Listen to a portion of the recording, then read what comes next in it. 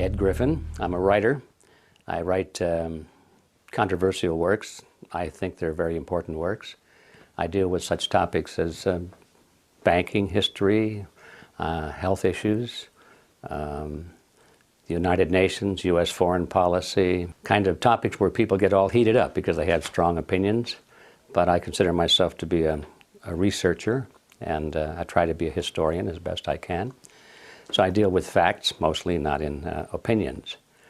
I've been doing this most of my adult life. I started becoming interested in issues of this nature in 1959.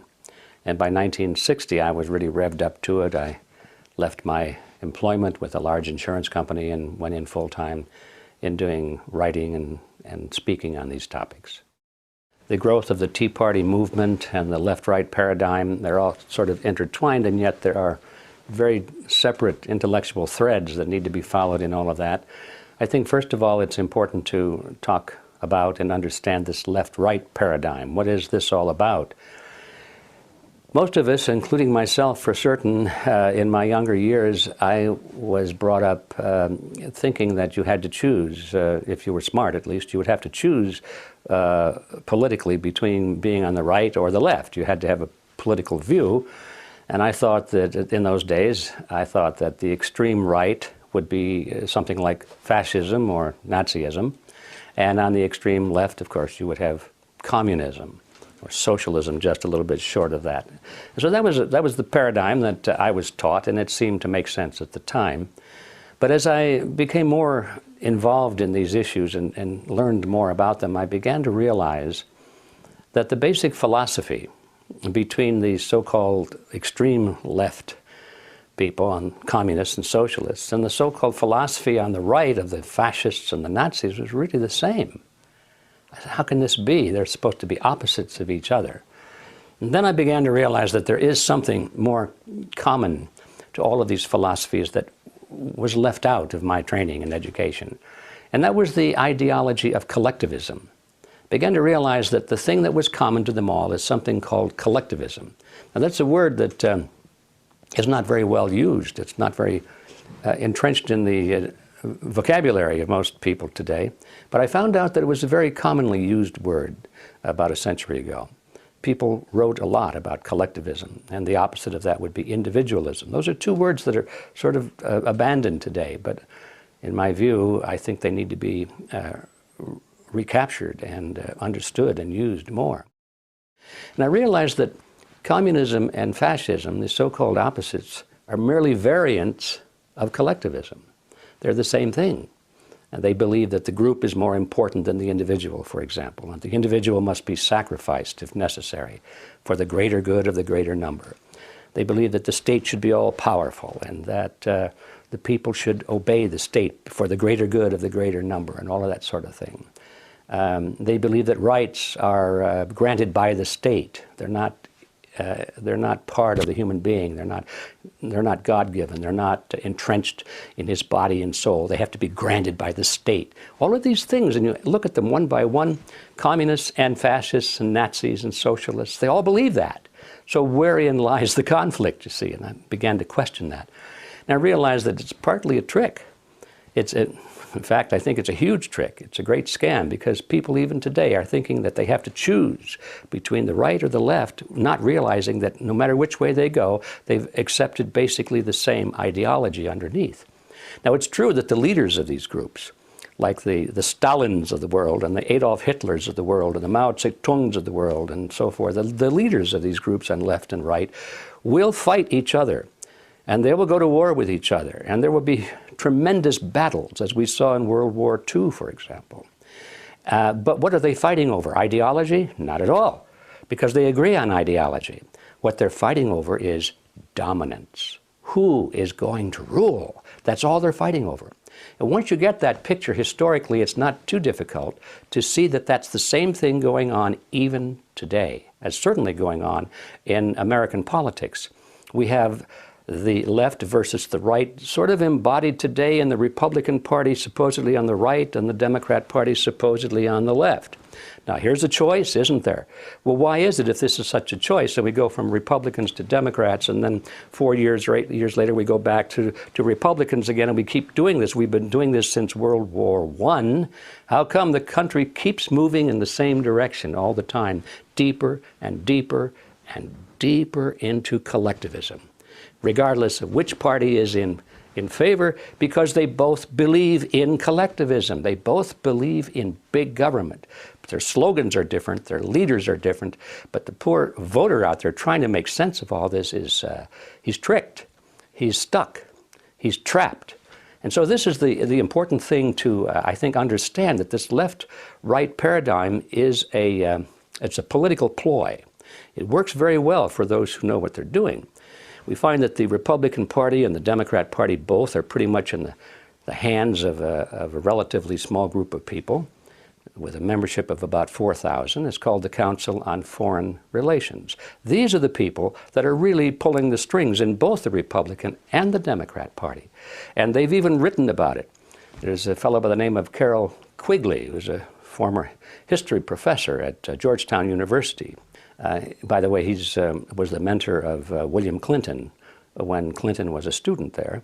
And he wrote several books about this group of people and their origins and their roots coming from Europe and England in particular.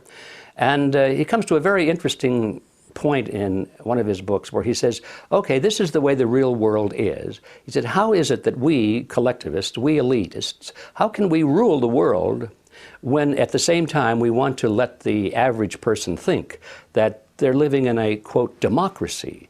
They're living in a system where their vote counts. They're living in this world in which they feel that they must participate in their own political destiny.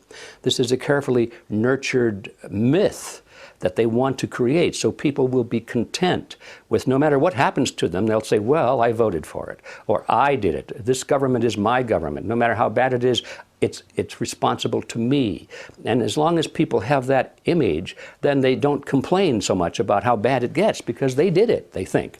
So Quigley deals with this question: how do you let people think that they're directing their own political destiny when at the same time we, the elite, we are the ones who must direct their political destiny without them knowing it? How do you do that? And he answers the question brilliantly. He said, it's very simple. You've got to have two major political parties, and they'll both have the same major goals, the same basic fundamental principles, and they'll argue with each other on the surface with slogans and leadership and style and all of that sort of thing. He said, but we will control them both. There's the strategy. There's the whole scam behind this left-right paradigm. When you understand this history and this reality, you look at it and you say, well, yes, we've got a left wing and a right wing, but they're just opposite wings of the same ugly bird, and that bird is called collectivism.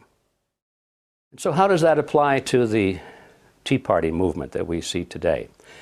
There it is. I mean, that's the blueprint. The Tea Party movement seems to have been a very genuine, spontaneous movement arising from people who were unhappy with both the Bush administration and the candidacy of Obama. They didn't like either one of them. They were people who understood, more or less, maybe not intellectually and historically, that there was collectivism in both parties, but they understood that something wasn't right, and they didn't want more of the same. And so the Tea Party movement, you know, just think about it. What does that mean? It goes back to the historical episode where the colonists in Boston dumped the Tea Party into the Boston Bay because it was a protest against the taxes and the restriction of liberties and the Stamp Act and so forth on the part of Great Britain against the colonies. And so the Tea Party movement really was a rebellion against big government, no matter what camp it came from, whether it came from the Republicans or the Democrats.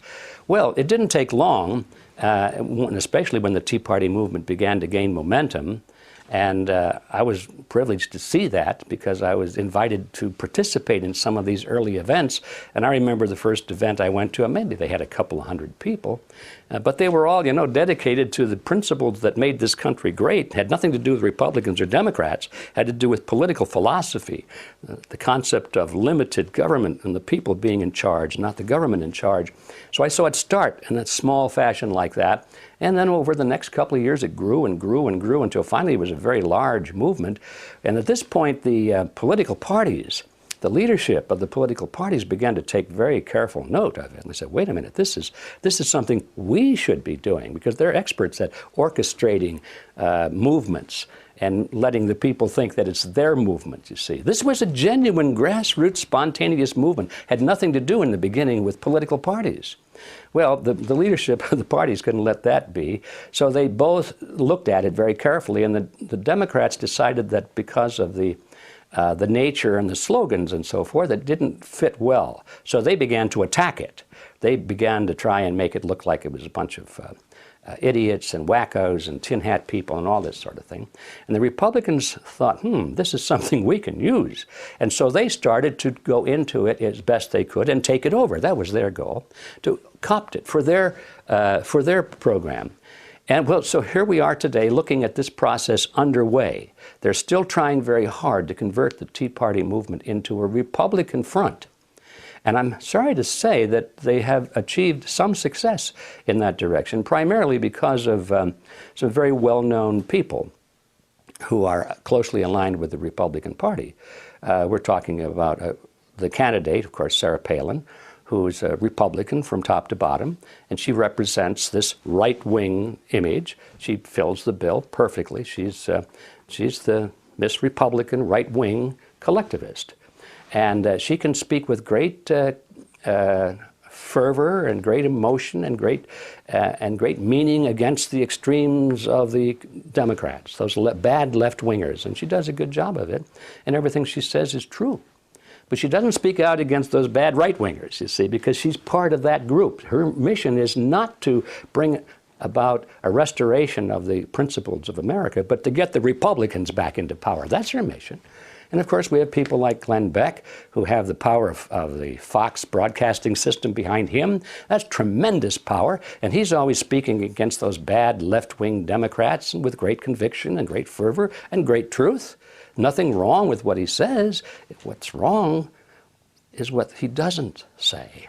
He'll never attack somebody from the Republican Party. We've got people like Rush Limbaugh, plays the same role.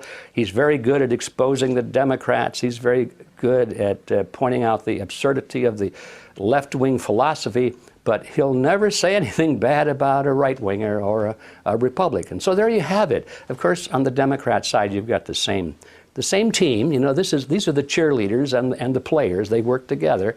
And the average voter gets caught in the middle of this. He hasn't any idea what's going on. He just thinks that the debate is such that he has to choose. Who are you going to vote for? Are you going to vote Republican or are you going to vote Democrat? And so as long as they're in that role, they're like a tennis ball in a tennis match. They get hit back and forth across the net. First they're on the right, bing, then they're back on the left, bing, back they're on the right. They're Republican, they're Democrat. And the game goes on and on and on. And although it's possible for the players of that game to win, the tennis ball never wins that game. So I think it's time for people to stop being tennis balls in this game and just get out of the game completely. There are certain issues that people on the left and the right in American politics will never discuss.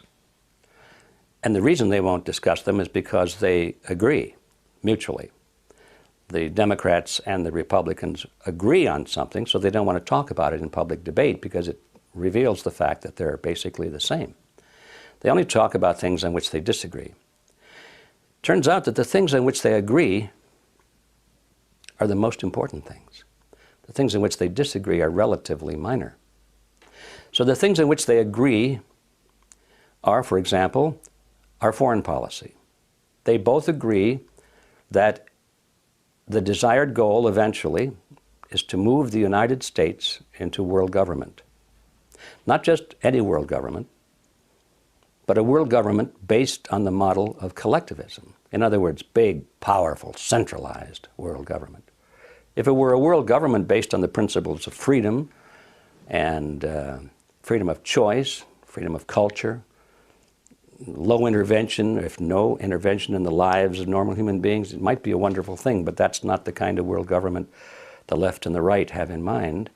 They're talking about total world government with all major decisions being made at the top and people at the bottom being essentially living in a feudalist society, just serfs and peasants, basically, in a high-tech feudalism. And the left and the right both agree with that goal, and so they never discuss it in public debate. Another thing in which they agree is the dominance of the banking system in our economy and, to a large extent, in our politics. They both agree that the banks are supreme, that the banks must be protected, that the banks must be funded, they must be bailed out, they must not be allowed to fail. When the banks make bad loans to third world countries, or if they make bad loans to large corporations, both the Republicans and the Democrats agree that we must come in with taxpayers' money, either tax money or inflation money, and we must bail out the banks. And we do that, they both agree, by giving the money to these corporations and giving the money to the third world countries so that they can continue to make interest payments to the banks. So those are two major issues, I would say perhaps the largest issues we could possibly face. And so we find that Republicans and Democrats are in agreement on that. You might add another third topic if you wish, and that is our role in the Middle East. Both parties talk alternately about, oh, we've got to end this war in the Middle East, pull our troops home, and all that sort of thing. But that's just rhetoric. You notice we go from one party to the other. The war continues, the war grows, the funding continues. So there we have three major issues, perhaps the three largest issues of all. And there's no debate between Republicans and Democrats as to what to do. Though there may be some debate in rhetoric, they may give speeches, but when it's time to vote in Congress, there is no division between them at all. And this itself should be the biggest giveaway as to what the reality of politics is today. If anybody that's got their eyes open, they ought to be able to see it just by examining those three issues. I do believe that when Ron Paul ran for president and, to everyone's amazement, achieved such great support in spite of the roadblocks that were put in front of him, and in spite of the total disinterest on the part of the major media, so that he was practically unknown to large segments of the people. Parenthetically, I would say that if the media had given Ron Paul anywhere near the same exposure they gave to the Republican and Democrat, the old-style Republican and Democrat Party candidates, I think he probably would have been elected. But anyway, that was sort of a phenomenal event, that somebody who did not have the endorsement of the establishment and who spoke so clearly on issues, the very issues that we were talking about, the issues of the war, the issues of the economy, and bailing out the banks and the Federal Reserve System, and the issue of national sovereignty. These are issues that mainstream Republicans and Democrats don't want to touch because they agree on that. Ron Paul disagreed with what the Republican and Democrat Party were doing on that, and so he spoke about it. And the fact that, in spite of the fact that he was the only one talking about these issues, he got so much support, tells me that there is a latent power, there's a latent awareness on the part of the American people just waiting to be tapped. I think those who are controlling the two-party system are very much afraid of that. They don't want that to be tapped. And that's why they are working so hard now to put controls on the internet, because the message that Ron Paul was delivering was primarily delivered over the internet, not through the major channels of communication. So now we see almost daily efforts on the part of the mainstream political figures to concoct different ways and different reasons and different excuses for putting controls on the internet. They're going to license people so that you can't even have a blog, they say, unless you have a license from the government. They want to put filters on the search engines so that you can't even look up certain words and things like that. Actually, I think what they're trying to do here in this country is pretty much imitate what they're already doing in China, for example. They really admire that system in China. Our own figures here in this country, although they may speak with scorn about a closed society in China, they're doing everything they can to imitate it. So that's one of the realities we have to look at. So what does this mean for the future? I think that as long as the internet can be kept open and free, it bodes very well for us, because I think we do have at last a chance to get around the mainstream media. But I think that if the governments of the world, and particularly in our own government, if they're successful in putting legal restrictions on and clamping down on the internet, I'm afraid that the chances of a maverick moving against the establishment become very, very small indeed. I believe that getting a man in the White House is not as important as it would seem at first. In fact, I think it's almost counterproductive, because as long as we focus on getting a man in the White House, there's the underlying assumption that that's all we need to do. Americans are of that nature. They want quick, simple solutions to problems. They want to know who you're going to vote for. That's it. Because they think that they can discharge their responsibility of citizenship by going to the polls every 2 years and maybe spending 20 minutes and putting a little mark on a piece of paper and walk out and say, okay, I've done my job. I've defended my country. It doesn't work that way. Because by the time you go to the polls and you put your pencil mark on the paper or punch the lever, whatever you do, the decisions are already made. The candidates have already been selected. And the work goes on there, is who selects the candidates that the people vote for? Who frames the issues that the people vote for? Voting is nothing. It's all done before that stage. So as long as people think in terms of who we're going to vote for, what man are we going to get into the White House, they're looking in the wrong direction. They don't realize the scope of the problem. So I'm not saying we shouldn't have the right man in the White House. That could be very important. What I am saying is that the task is much bigger than that. People need to become active in politics. They need to become active in their communities and in disseminating information and helping to create public opinion and awareness on the issues so that it would be possible for the right man to be elected.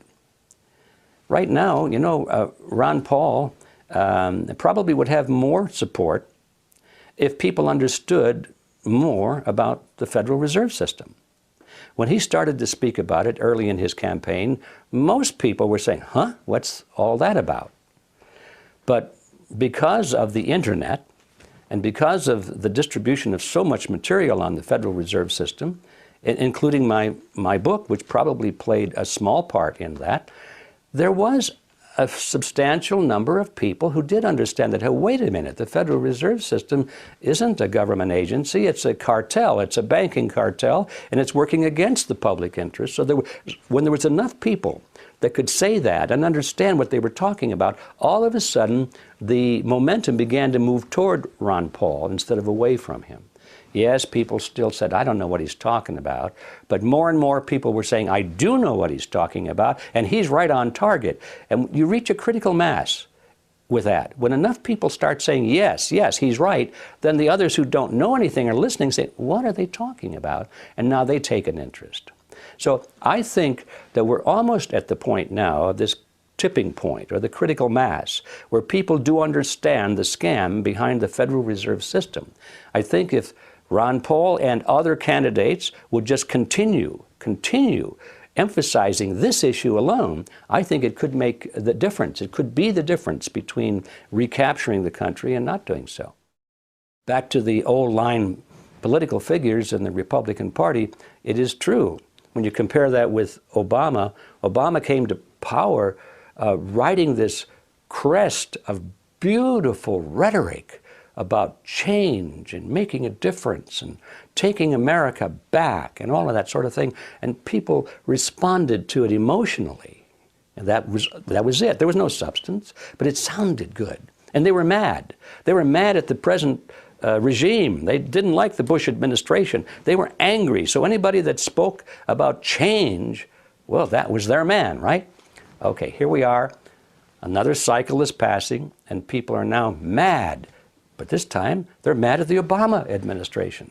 So the same political trick is being played again, but this time on the part of the Republican Party.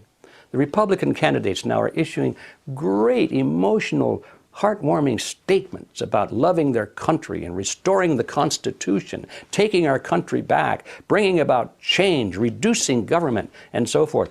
And you look at who is saying these things.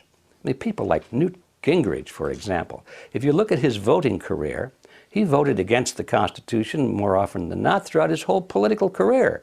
He's great at giving speeches. He uses all the right trigger words and phrases. But here's a guy talking about taking back the Constitution when he himself has been one of the great attackers of the Constitution by his votes in Congress. So it's come to the point where people have to stop listening to the rhetoric and start looking at the actual voting record of these people. I don't care whether it's Republican or Democrat. That's not the issue. It was Lenin who said it so well. Lenin said, words are one thing, actions another. Of course, when Lenin wrote that, what he was telling his followers is that tell them what they want to hear. Don't worry about telling a lie. They want to hear lies, he said. Words are one thing. Tell them what they want to hear. Get elected, come to power. When you're in power, he said, then do what you want to do. Words are one thing, actions another. So he was advocating lying. Well, believe me, professional politicians understand this same technique. They would never come out and advocate it in public. They'd deny it. But look at their records. Don't listen to their words. Look at their actions, and then you'll know what kind of a game they're playing with us. Well, both Republicans and Democrats, both left-wingers and right-wingers, use this tactic of trying to discredit their opposition. And they're very good at it. And they know that if you come to the point where there is a serious debate underway about a serious issue, the best thing is back away from the debate, stay away from the issues, because they will lose. So they start attacking their opponent's character or their intelligence, or they try and look for something in their past to make them seem like they're evil people. And it's called demonizing. You demonize the opposition. This is an old tactic that's been going on for a long, long time. And yes, I've seen it over the years where they have taken a group like the John Birch Society, and which is just an educational organization, but it was an educational organization dealing with principles and real historical facts, and they pretty well succeeded in convincing everybody in America that the Birchers were a bunch of, at the least, they were a bunch of little old ladies in tennis shoes, but at worst, they were a bunch of Nazis and fascists and racists, and they were even called communists. And so it didn't make any difference. You just call them some name, and if you keep doing that often enough, and in major channels of communication, most people will believe it. So that's a tactic that's well used, and I think we have to be alert to it. Also, we have to be alert to the fact that the people that we're talking about, these elitists, it's hard to find a better word, but the ones who want to really control this international collectivist government, they are not dumb. They have a lot of money, and they have think tanks that work out strategies. And one of the strategies they have always used is to lead their own opposition. And they try to lead their own opposition because, first of all, they know there's going to be opposition, so why wait around? Why wait around for real opposition to develop? If you know what's going to happen, send your own people out there and let them pretend to be your opposition, and everybody will follow them, especially if they're well-funded. And if they give the right speeches and say the right words, you know, those nice campaign speeches, for example. But they're really controlled by the very people they're speaking against. I came across that when I was doing research for the Federal Reserve System, because I realized that in the early days, the very bankers who put together this cartel and drafted the Federal Reserve Act, it was their bill.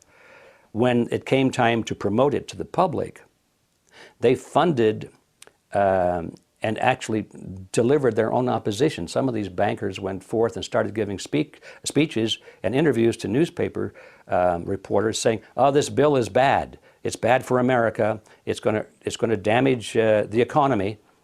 And they knew that the average person reading that in the newspaper would say, oh my goodness, Maude, listen to this. These bankers don't like the Federal Reserve Act very much. Must be pretty good, you know? So they play this game. So we know that this is still going on today. And for example, in the Tea Party movement, if they want to discredit it, if they can't control it, okay, let's say if one of the parties can't control it, they'll have to discredit it. So they will, and I believe already have attempted, to send people into the Tea Party movement who are real wackos or pretend to be real wackos. Or if they're real wackos out there, they make sure that they're brought into the Tea Party movement. And every time there's a media crew going out there with their cameras taking pictures, do they take pictures of the, you know, the 10,000 middle-class Americans who know what they're talking about? Or do they pick the 2 or 3 wackos over here with the tinfoil hats? Or the guys with the swastikas on their arm and so forth. That's where they focus, you see. And I believe that some of those people are probably sent in there on purpose, just to demonize and discredit the movement. Now, this is hard for most Americans to believe, because they don't realize that this is really hardball. This political game is hardball, and they don't realize that it is a game and that there are professionals playing it.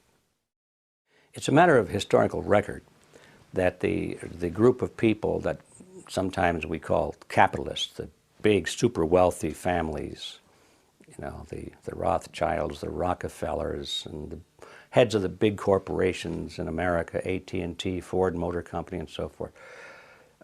People think of them as the super capitalists.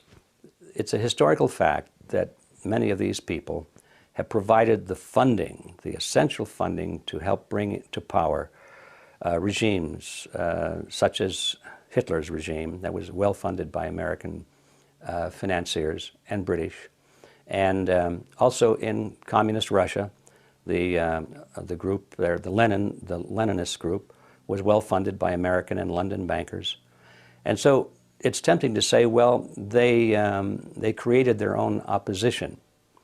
And I think that's partially true, but I wouldn't go that far. I think what these people do is they look around and they see what kind of native opposition is out there, and or what kind of native groups are growing, movements are growing, that they really want to control.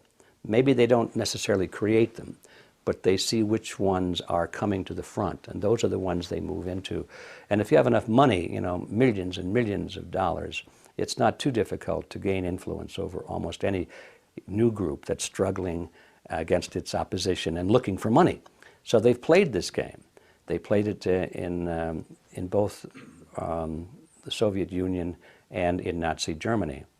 I think they're doing the same thing in America. I think that's one of the things going on now with the Tea Party movement.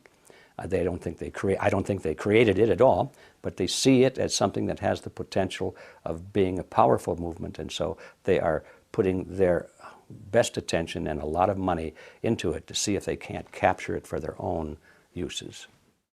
Another tactic, isn't it, that the opposition knows that the American people, any people in the world, will gladly give up their liberty and their comforts if it's in their mind a means of gaining security, protection against a dreaded threat of some kind. That's why regimes that are struggling to hold the loyalty of their people are very dangerous regimes, because instinctively they know they have to go to war.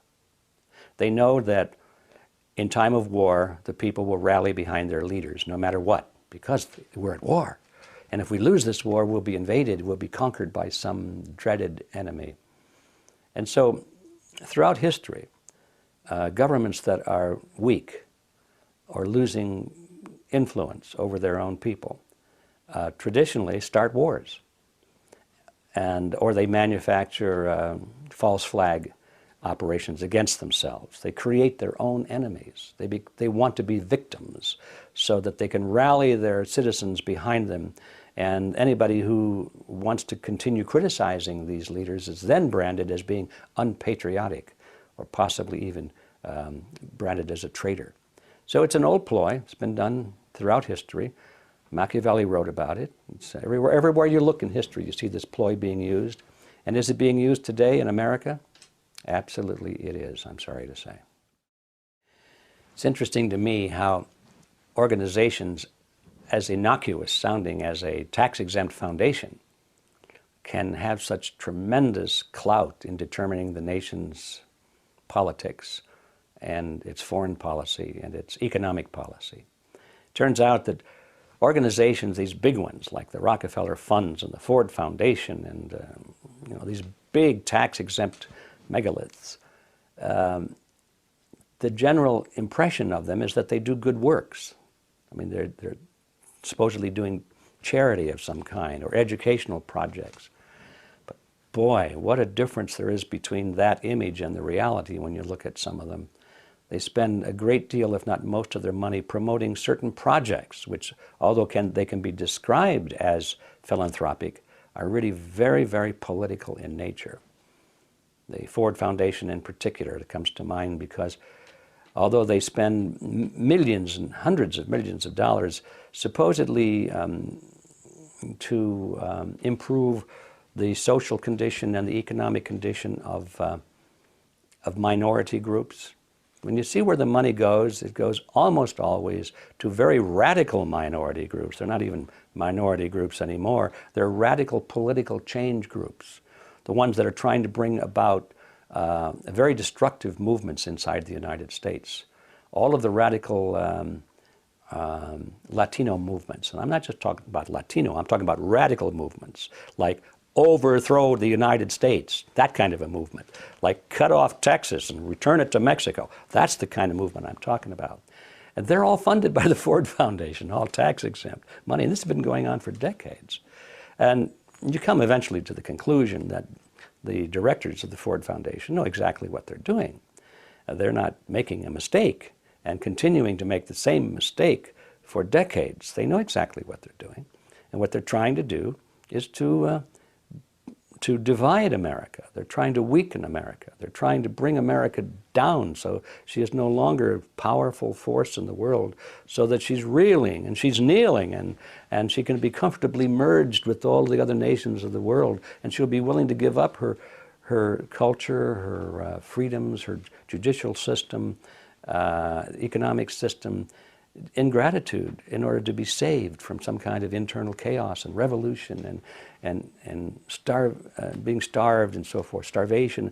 And in other words, these people are deliberately trying to weaken America. So all of this is being done, not all of it, most of it is being done under the aegis of tax-exempt foundations. What a beautiful cover, but this has been going on for a long time. There certainly has been a change in the function of the American government. In the beginning, it was set up with a definite system of checks and balances, and the executive and judicial and legislative branch were supposed to be fairly equal, so they could check each other. There's been a change, gradual change over the years, starting primarily with World War I. When there was this great crisis, we had to defend ourselves against foreign enemies. And ever since then, one crisis after another has added to the impetus for us to change our form of government, supposedly to make us more secure. So we've given up that checks and balances concept. Gradually, it's been reinforced by Supreme Court decisions, it's been reinforced by new legislation, and it's been reinforced by the media, and primarily reinforced by the apathy of the American people, if not their total ignorance of the way it should be, because they don't teach this in school anymore. So what's happened? No matter how it's happened or who's responsible, it has happened, so that now we do not have checks and balances between three forms or three branches of government. A realistic appraisal is that we have a dictatorship. It's a democratic dictatorship. And most of the power resides in the hands of the President of the United States. Originally, the President was supposed to be like the President of any corporation. He took orders from the Board of Directors. And he didn't determine policy, major policy at least, maybe minor policy, but the major decisions were made by the Board of Directors. And his job was merely to implement those policies. That's the way it used to be in America. The president was a relatively unimportant person.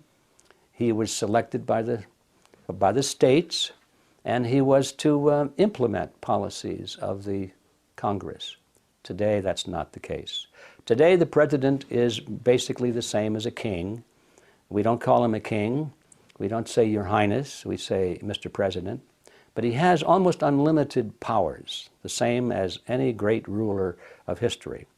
And Congress, although we still think of it as being an important body, pretty much steps back and lets the president do whatever he wants to do. Congress theoretically has the power of the purse because they can vote the money to fund the projects of the president. But even that has been circumvented because now the president has worked, and not just the current president, but this whole process has worked out ways and means by which, in partnership with the Federal Reserve System, they can create funding without Congress. So now the president has special funds for this and special funds for that and secret funds for this. The president can, with a stroke of a pen, just create all kinds of money without Congress even having any say-so in it at all. So we come to the sad conclusion that the United States is no longer the country it was. And the question is, what are we going to do about it? The old methods of writing a letter to your congressman don't work anymore. It's time for fundamental change. And that's not going to happen, though, until more and more Americans, first of all, wake up to the reality of their present plight. That we're still living in a dream world, still reading in our history books, looking at pictures of George Washington and his white socks and so forth, and the signing of the Declaration, and we think it's still that way. It's not that way, folks. And so people live in this dream world. The first step is to realize what we're really living under, what kind of a system we're really living under, and then to go back and figure out what kind of a system do we want to restore. And I think restoring the concepts in our original Constitution is a great step forward, not backward, but forward. We've been going backwards toward monarchy ever since World War I. We have to go forward now to the past, if I can coin that phrase. But that's not going to happen until a large number of Americans understand that it has to happen. So that's, what is that, an optimistic or a pessimistic view? I think it's an optimistic view in the long run. It's a pessimistic view in the short run because nothing like that is going to happen by November. It's not going to happen in the next election. Americans are always focused on, well, how can we make this happen quickly so I can go back to my golf game? I don't want to spend a lot of time on this. If I'll become active maybe for a few months and I'll vote for a candidate or something, but don't drag this thing out, please, because I'm too busy. They want to know how we can turn this all around by the next election. Can't be done by the next election, but it can be done. That's the optimistic part. I think if we have a realistic view of the political process, and we know that it takes sometimes a generation or two for really important changes to happen. And if we understand that and accept it, and accept our role in being responsible for making it happen, then you can go to sleep at night and say, by golly, I'm really doing something about this, and I am making a difference, and it will happen. I don't know when the administrative branches of government became totally dominant. All I know is that it was a little bit at a time, and it sort of like a jerky motion. Every time there's a crisis, every time there's a war, every time there's a terrorist attack, or if there's a banking crisis, no matter what the crisis is, this movement toward totalitarianism accelerates. And then it slows down until the next crisis comes along. And I don't know if I could say at what point that happened, but I can say that it did happen, and it's even continuing today. Yes, I did see the clip in which Hillary Clinton says that, I think she was saying it was nice to be so close to the headquarters of the Council on Foreign Relations because she didn't have to go very far to find out what to think and how to act on certain issues, or something to that effect. And I'm sure she's been embarrassed by that statement and probably has issued some kind of a qualifying statement that, well, she didn't mean it quite that way. But the fact of the matter is, I think she did mean it. Most people know in politics, they know that the Council on Foreign Relations is the center of all of this, that's where the power is. And you just don't get the green light to move up in politics unless the switch is thrown in the building there at the Council on Foreign Relations office. That's why all of the major candidates for office appear at the CFR conferences, and you can see video clips of them on the internet now and then. They're giving speeches, sometimes before large audiences and sometimes before small groups. But it's clear to me that they're brought in and they're treated very nicely, and then they're asked some questions to see how they think and how they would act under certain circumstances, and what is their view on this policy and that policy. And if their answers are acceptable, they get the green light. Council says, okay, this is a man that we can trust, that we can support.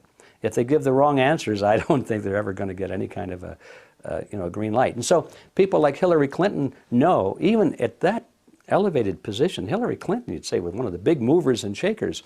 Compared to the Council on Foreign Relations, she's not. She's a small fish. And she knows that she's got to get the approval of the CFR. I think that the people who are monitoring this they have to be concerned over the growing awareness on the part of the American people. The question, though, is, are they worried about it? I don't think they are, because we know that they've thought about it long before it ever happened. These people are not stupid. They knew that there would be opposition to their plans as they reached the end of the game. They know that as people begin to lose their economic freedom, and they know that as one crisis after another descends upon them, there's going to be opposition. And so they planned on this a long time ago. And I think what we're really looking at is, I think Alex Jones called it the end game. We're approaching the end game, and they have a plan for that. And that is to institute martial law. Because as people become upset, they go into the streets, they demonstrate, and eventually they become unruly, eventually they become violent, and eventually they start breaking windows, eventually somebody gets hurt, eventually somebody gets killed, eventually there's martial law, and that really is what they really want, because they want an excuse for martial law.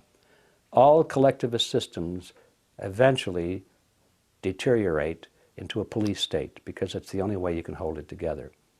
So are they worried about people becoming aware? I think they are not, because they've been planning on it. Let's say it this way. They're certainly not surprised by it.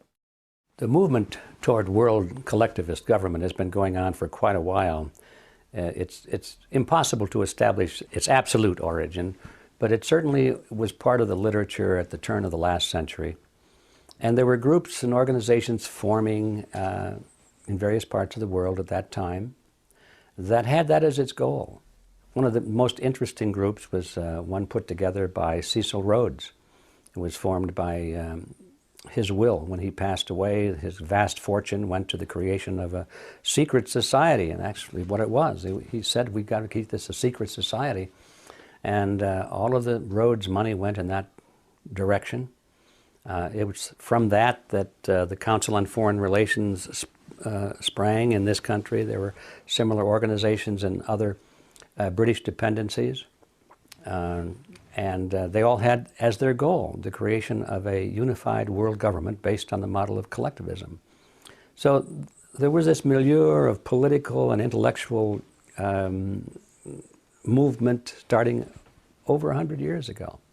But it certainly has gained momentum through World War I, really got up to speed, and then finally in World War II, all of the major players on the world scene were talking about world government. They tried to do the League of Nations, that failed. Finally they created the United Nations, that stuck. And so now they're just trying to pump up the United Nations into the framework of the global government that they have always envisioned. And this has been a thing that goes beyond one generation. It's transgenerational. In other words, it's not just one person's vision. The people that started it are long gone, but those who inherited it continue this dream. To them, I'm sure they look at it as a wonderful thing. They see it as an end of nationhood as it has been historically defined. They see that as advantageous, they say, because it'll put an end to war and so forth. And they can sell the idea as a great step toward brotherhood and a unified globe and so forth. They use all of these things to make it sound good. But when you start examining the actual policies that they're instituting, it's not so hot. It's based on the principle of collectivism, as I've said several times, and that means it's all-powerful government. It's a tyrannical government. It's the same kind of a system that Adolf Hitler had in mind, and we fought a war to destroy him and his system. The same kind of a system that Joseph Stalin had in mind, and we fought a Cold War and did a lot of other things to make sure that that didn't happen. The same kind of a system that Mao Zedong had in mind, and Benito Mussolini, all of the great collectivists of history have had this unified global government based on the model of collectivism as their goal, and we fought against it until recently. Now we are actually the greatest advocates of it ourselves. We don't call it tyranny, we don't call it fascism or Nazism or communism. We have a better name for it. The name they have chosen is the New World Order. That's their favorite phrase for it. But when you examine its nature and its essence, it is a collectivist system, powerful government, little people at the bottom taking orders. So this is the concept. It's been under evolution for over 100 years. It looks like it's coming within sight now. We've seen the nations of Europe amalgamate into the European Union. The sovereignty of all of the European nations has been pretty well lost now to the European Union, and they've always said that was a stepping stone toward the creation of a true world government, is to unite the smaller governments of the world first into regional groupings, such as the European Union. They have one in mind for Asia and Africa, and now they're talking about doing the same on the North American continent, called the North American Union, and it'll be a merger of the United States, Mexico, and Canada. A process that they deny that is underway, but it is definitely underway, and it's been underway for over a decade. And if you examine some of the laws and administrative rulings that are coming out of the federal government at all levels, they often use the word harmonization, meaning they're going to harmonize or attempting to harmonizing our laws with the laws of Canada and Mexico. So this process is well underway. We have seen the euro, a replacement of national currencies in Europe, a single regional currency. Now they're talking about the same thing here in the United States. To get rid of the US dollar, get rid of the Mexican peso and the Canadian dollar, and create a new currency for the three. They'll probably call it the Amero. That's the name they seem to be favoring at the moment. Step by step, this structure of world government based on the model of collectivism is being erected. Every day you can look in your newspaper and see evidence of another brick that's been put in place, another timber has been put in place. That's going on and on. So is this a good process or a bad process? Is it an inevitable process? Well, first of all, I don't think it's inevitable because it has to be done by people, and people have to want to do it or not want to do it. It's well advanced because the people that are in charge, the people we elect, the people who are running our own government, the people who are running the governments of these other nations, at the top, these people are all for it. So that's why it's happening. At the voter level, I don't think most people even know that it's happening. And if they did know, they probably say, I don't think this is a good idea. So the trick has always been how to make this happen without getting the American people or the people in Britain or France or Germany or Mexico or Canada too much alarmed about it before it's too late. That has always been the strategy that they have followed. So that means they have to deny that it's happening. It means they have to do it behind closed doors. That means they don't bring it up for a vote in Congress. They do it administratively rather than legislatively. And all of those strategies and tactics are being used. Is it a good thing or a bad thing? In my view, it's a very bad thing because I think collectivism is the graveyard of civilization. It's certainly the graveyard of freedom. If you just think about it, no collectivist system in the world has ever been the kind of a place where freedom was prosperous. People always wound up in the gulag or some kind of a concentration camp if they disagreed with their leaders. All of these factors, I think, need to be understood in order for us to come up with an intelligent plan of what to do about it. Because all of this is, academic unless we come up with a plan of what to do about it. And the first step in knowing what to do about it is knowing what not to do about it. And by that I mean what not to do about it is to fall for this left-right paradigm where both the right wing and the left wing are both pursuing this objective but fighting each other. And if we get caught up in that trap, we'll spend all of our time fighting the leftists or fighting the rightists, and it doesn't make any difference because no matter which side you're on in that battle, you still are promoting this globalist government strategy. So the first thing to know is don't get trapped in this left-right paradigm. The next thing is to know what you want.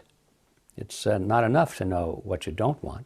Of course, we don't want tyranny, of course, but what do we want? Well, the average person would say, I just want to be free.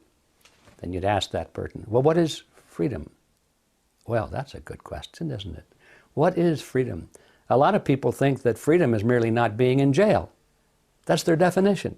If you're not in jail, you're free. It doesn't make any difference if you're not free to live where you want to live, or hire who you want to hire, or travel where you want to go, or spend your money the way you want to spend it, or write what you want to write, or go on the internet and say what you want to say. They don't think that's important as long as you're not in jail.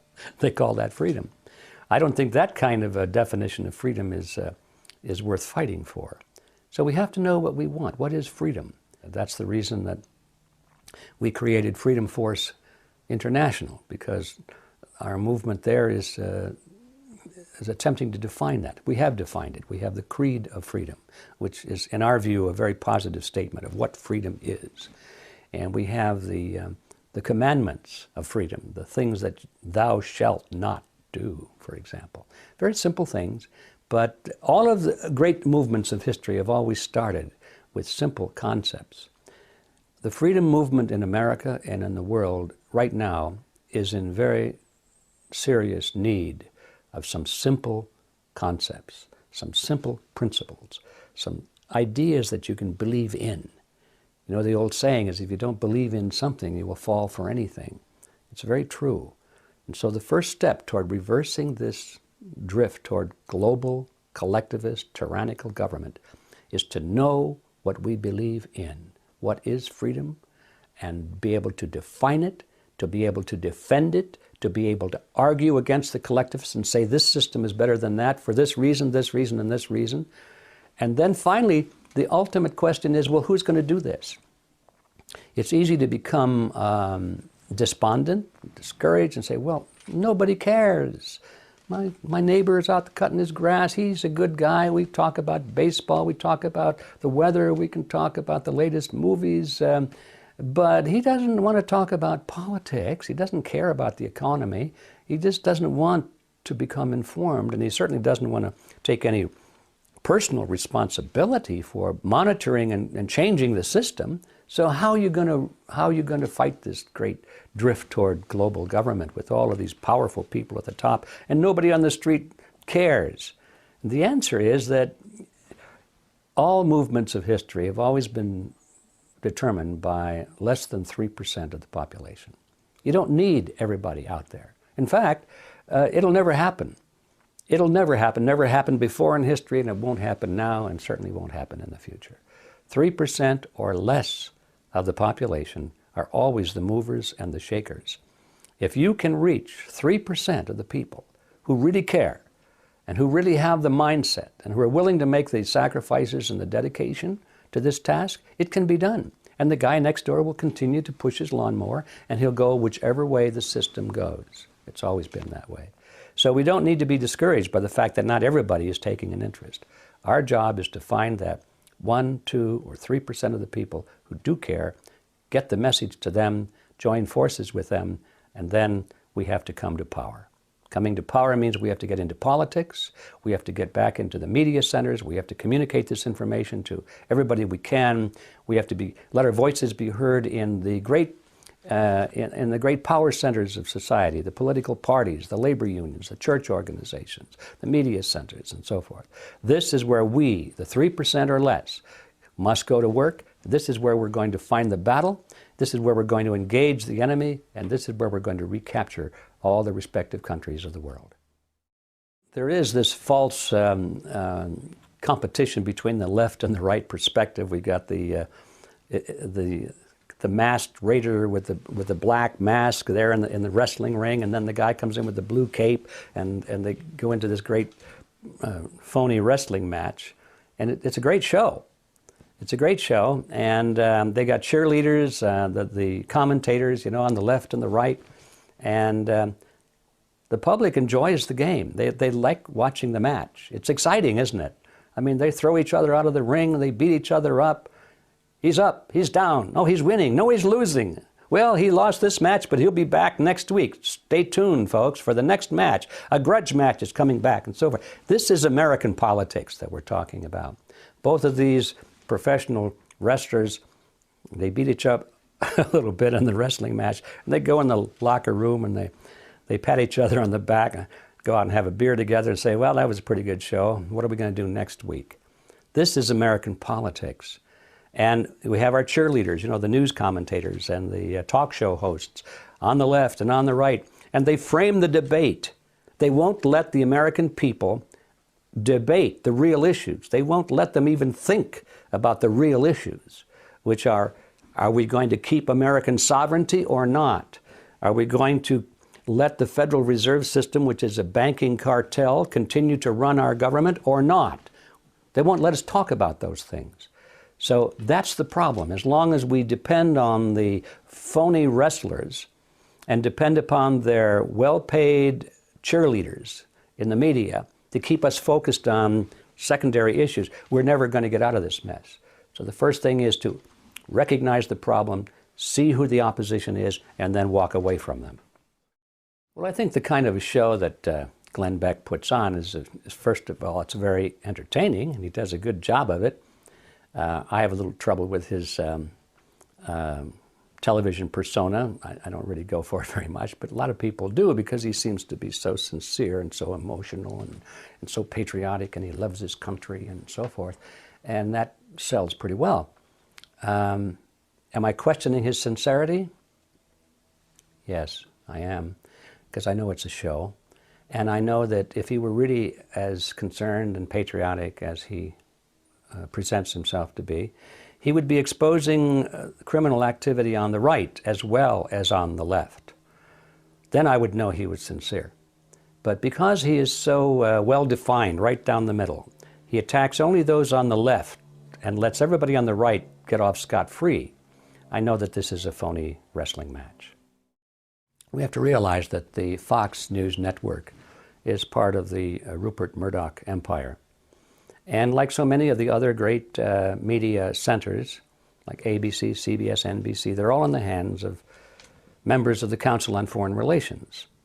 Murdoch himself is a member of the Council on Foreign Relations. So what does that tell you? It tells you that there is an agenda. These people have an agenda, and they boast of it. It's not hard to find out what it is. The agenda is world government. The agenda is world government based on the model of collectivism. So we know that Murdoch would not allow a consistent program or movement within his network channel to exist unless it furthered, at least in his mind in some way, it furthered that agenda. So we know that this is a rigged game to start. So how does that fit? So we've got the Fox network over here, which represents the right wing of this right-left paradigm. And we've got other groups over on the other side, which I won't mention them because there's so many of them, but they represent the left wing of this paradigm. It depends on who you're listening to and which channel you're looking at. You get this cheerleader effect. These are the good guys on the right, and everybody on the left is bad, or the other way around, everybody on the left is good, and everybody on the right is bad. And this is no accident. The Fox network fits the role of being the cheerleader for anything on the right, which means, currently at least, the Republican Party. And they do a great job of that. And when Glenn Beck draws the chart showing the lineage and the connection to the Communist Party and all of that, I have no doubt that that's true. But why doesn't he do the same thing for the Bush family, for example, showing its connection to the Nazis in Germany and the banking connection where they funded the rise of Adolf Hitler? Why doesn't he do that? He'll never do that. And he would ridicule anybody who would bring it up. He would call them a conspiracy theorist or something like that. That's the role he plays, and he plays it very well. So in order to drive this ping pong ball or this tennis ball back and forth over the net, going from Republicans to Democrats, Democrats to Republicans, you've got to have people who are expert at criticizing the other side. I mean, that's part of the game. You can't have an open and objective analysis on the news. Otherwise, people would say, I guess both parties are lousy. You can't have that because that's not how the game is played. So you've got to have people assigned to expose and oppose the left, and other people over on the left that oppose and expose people on the right. And so it's necessary always to have people who can voice serious opposition and criticism of the other side. And it depends on who's in office. I mean, because they're all bad. It's always easy to find something to criticize. They all lie. They all make promises they don't intend to keep and in fact do not keep. They're all involved in all kinds of scams and swindles, and there's dishonesty involved. I mean, that's politics. They all are like that. Maybe I'll make a reservation for 1%. I don't know. Ron Paul probably isn't like that. But you just can't count on it being any other way. And so it's easy when one party is in power, they give them a little honeymoon time to let it be known that, no, they're not going to change anything. And then the other side ramps up and says, oh, look what they did, how bad they are. And so the voters are thinking, oh, yeah, we got to get rid of him. And so they get all whipped up like they are now, people in the Republican Party calling for take back our country, restore the Constitution, get the CIA out of our bedrooms and off of our computers and so forth, all these good lines. They don't mean a word of it, or they're just playing to the sentiments of the voters. And so all they want to do is bring now the next Republican candidate forward, and people won't even look too closely at the Republican candidate because they'll be so filled with contempt and hatred for the Democrat, I mean for Mr. Obama. They'll say, I don't care who we put in, anybody would be better than that. Of course, that's how Obama got in. They said, well, I don't care about Obama. I don't care what you say. Anybody would be better than Bush. And this goes back and forth. And Bush got in, well, anybody would be better than Clinton. American politics is the politics of hatred. It's not who you love or who you like, it's who you hate. That's what it's all about today. And it's a strategy that seems to be working pretty well. It always comes as a shock when people realize that some of the greatest mass murderers of history and greatest tyrants of history were actually supported and funded by very wealthy financiers and forces in the United States and in Great Britain. They sometimes go very closely hand in hand. Everybody knows about the rise of Hitler, but they don't realize that the Nazi Party was funded by many of the banking dynasties that still exist in the United States. They funded him, the large corporations. They went into partnership with some of the German corporations. They called it IG Farben. It was a cartel. And they put up tremendous amounts of money as investment into the Nazi war machine. They put money behind Adolf Hitler's political party, the Nazi Party. They even sent one of their public relations experts, I believe his name was Ivy Lee, over to Germany to interview Hitler and analyze him and to groom him and to make suggestions of how to improve his public image. They were intensely interested in promoting the Nazi regime. that's a matter of record. It's not a question of opinion. You can like it or dislike it. It's a matter of record. But this always happens. When Mao Zedong came to power, he couldn't have come to power had it not been for very powerful forces inside the United States. At the end of World War II, you know, the Japanese had been driven out, but there was a large division in China. The nationalist Chinese under Chiang Kai-shek held a large portion of the country, and another section was in the hands of the communist forces, Chinese forces, under the leadership of Mao Zedong. And the nationalist forces and the communist forces were bitter enemies, even though they had fought more or less together against the Japanese. They both knew that when the war was over, only one or the other would be able to survive. And so they were preparing to fight each other. That was not in the best interests of the people in Washington, D.C. They didn't want that to happen, and they put pressure on the nationalist Chinese, Chiang Kai-shek's government, to accept the communists into their own government in key positions, what they call a coalition government. And they wanted them to go into very key positions. In other words, in control of the military in particular. Well, that's the end of the game, you know. The nationalists didn't want any part of that. So General George Catlett Marshall, who was in charge of all of the military operations in the Asia theater at that time, simply cut off the flow of ammunition and arms to the nationalist Chinese and made sure that all of the military equipment that was left behind by the Japanese was delivered to the communist Chinese. And with those two acts, there was no question that Mao Zedong's forces, which was now by this time much better equipped than the nationalist forces, that they would be victorious, and that is how it came to be. And George Marshall even boasted afterwards. He said, "With the stroke of my pen, I now disarm 30 divisions of Chiang Kai-shek's army." So that all came out of the United States. That was the decision of the so-called capitalist forces in America that the Chinese communists would now take over China. So all of these things are contrary to the conventional knowledge of what happened in history, but as I said before, none of it is really difficult to find. It's a matter of recordable, it has been recorded history, and it's not even a question of opinion anymore. So the bottom line is what? The bottom line is that some of the most brutal and totalitarian regimes of history have been funded by people of great wealth, people who we used to think of as capitalists, and sometimes still call them capitalists. Why? Because they have great wealth. And what we don't realize is just having great wealth is not the real issue here. It's what you do with that wealth. And how did you acquire that wealth? A free enterprise capitalist would be one who acquires his wealth through competition and free enterprise and producing products and services at a better quality and a lower cost.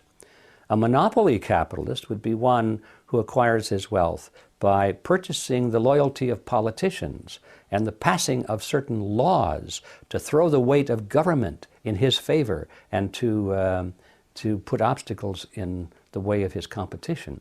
So there are two kinds of capitalists, if you're going to use that word, and we have to be very clear. The capitalists we're talking about that have supported the totalitarian regimes are not free enterprise capitalists, they're monopoly capitalists, and they believe in the concept of collectivism.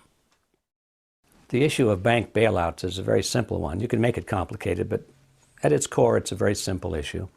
And that is that the banks who own the Federal Reserve System, it is a cartel of banks, have great influence over our federal government.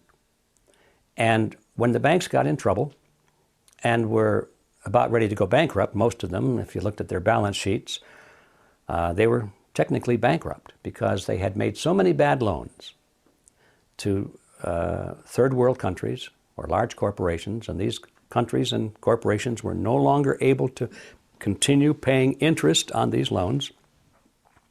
The bank was coming to the point where they had to write these loans off as bad loans. That would have destroyed the banks. They would have gone under. They were going out of business. So They went to their friends in Washington and they said, look, we need to save America. They didn't say we need to save the banks. They said, we need to save America. If the banks fold, well then who knows what will happen. America will go down. And so their friends in Congress voted these billions and finally trillions of dollars to make all of this happen, to bail out General Motors and Ford and various countries and the banks themselves. And it was offered to the American people as a great move on behalf of America. This is how we were going to save America, by saving the banks. It almost worked, except for the fact that by this time, enough people were aware of the game. They knew that the Federal Reserve System was creating money out of nothing, and they knew that that would result in their having to pay the bill, either in the form of taxes or through inflation. Ultimately in the form of inflation, because the politicians are not willing to increase taxes as much as they should in order to pay for these expenditures, so they always keep the taxes as low as possible. But they collect it through inflation, because by pumping this new money into the economy, it waters down the purchasing power of all the money that's there. So when the voters realized that they were going to pay these bills, it wasn't the government paying these bills or bailing out the banks, it was the citizens, the consumers that were bailing out the banks. When they realized that, they got angry. And there was a great movement against it, a lot of anger, and especially when they found out that some of these executives were, getting million-dollar bonuses for bankrupting their banks and so forth. There was a lot of heat. And by the way, I think that the whole issue of bonuses, as important as it is, was a side issue. I think that that was one of those tricks that the media uses to distract the public attention from the real issue. The real issue was the fact that the Federal Reserve and Congress was creating all of this money out of nothing to bail out the banks. That was the real issue. It was going to bankrupt America. It was going to drive people out of work, out of their homes. It was going to destroy America. But did they talk about that? No. They talked about how bad it was that the president of some bank got $1 million bonus. And that's where all the attention went for quite a while. So that was a side issue, at least in my view. So there we have it. What can you say? Even though the people are upset about it, it didn't make any difference, because the people do not control their government. They think they do, but they don't. Their politicians are beholden to the banking fraternity, to the Federal Reserve, to the banking cartel. That's where the power resides today. And if you need to have any proof of that, all you have to do is just take a look at the recent history of the bailout of the banks against the will of the majority of the American people, against the anger of the majority of the American people. And nevertheless, Congress went right ahead and did it. The President of the United States endorsed it. Everybody was for it at the top, but at the bottom, the people did not want it. So how is that possible? If the people control their own government, could that happen? No. It's proof positive that the people of the United States have lost control of their own government. The anger over the bailout of the banks has been a strong fuel for the Tea Party movement. But the question is, will the Tea Party movement be able to do anything about it? And the answer is no, not unless they replace those people in Washington that made it possible. A Tea Party movement has no value unless it has the effect of replacing the people in Washington who brought about the financial crisis. And that means all of them. It doesn't mean just Democrats or Republicans. It means all of them. And so the Tea Party movement, I'm afraid now, is there's an attempt to have it become a mouthpiece for the Republican Party and make it look like everything that's happening in the economy and the bailing out of the banks is all the result of the Democrats, and it's not. They certainly play a major role in it, but it's all been going on for decades, and the Republicans have played a major role in that. And some of the very Republicans who are standing up today and saying we should just put an end to this bailout of the banks, they're the ones that voted for it in the beginning, but nobody's checking their voting record. So yes, the anger of the American people over the bailouts is fuel for the Tea Party movement, and that's good. But now the rest of the story is, will the Tea Party movement be able to remain independent of the political influence of the Republican Party?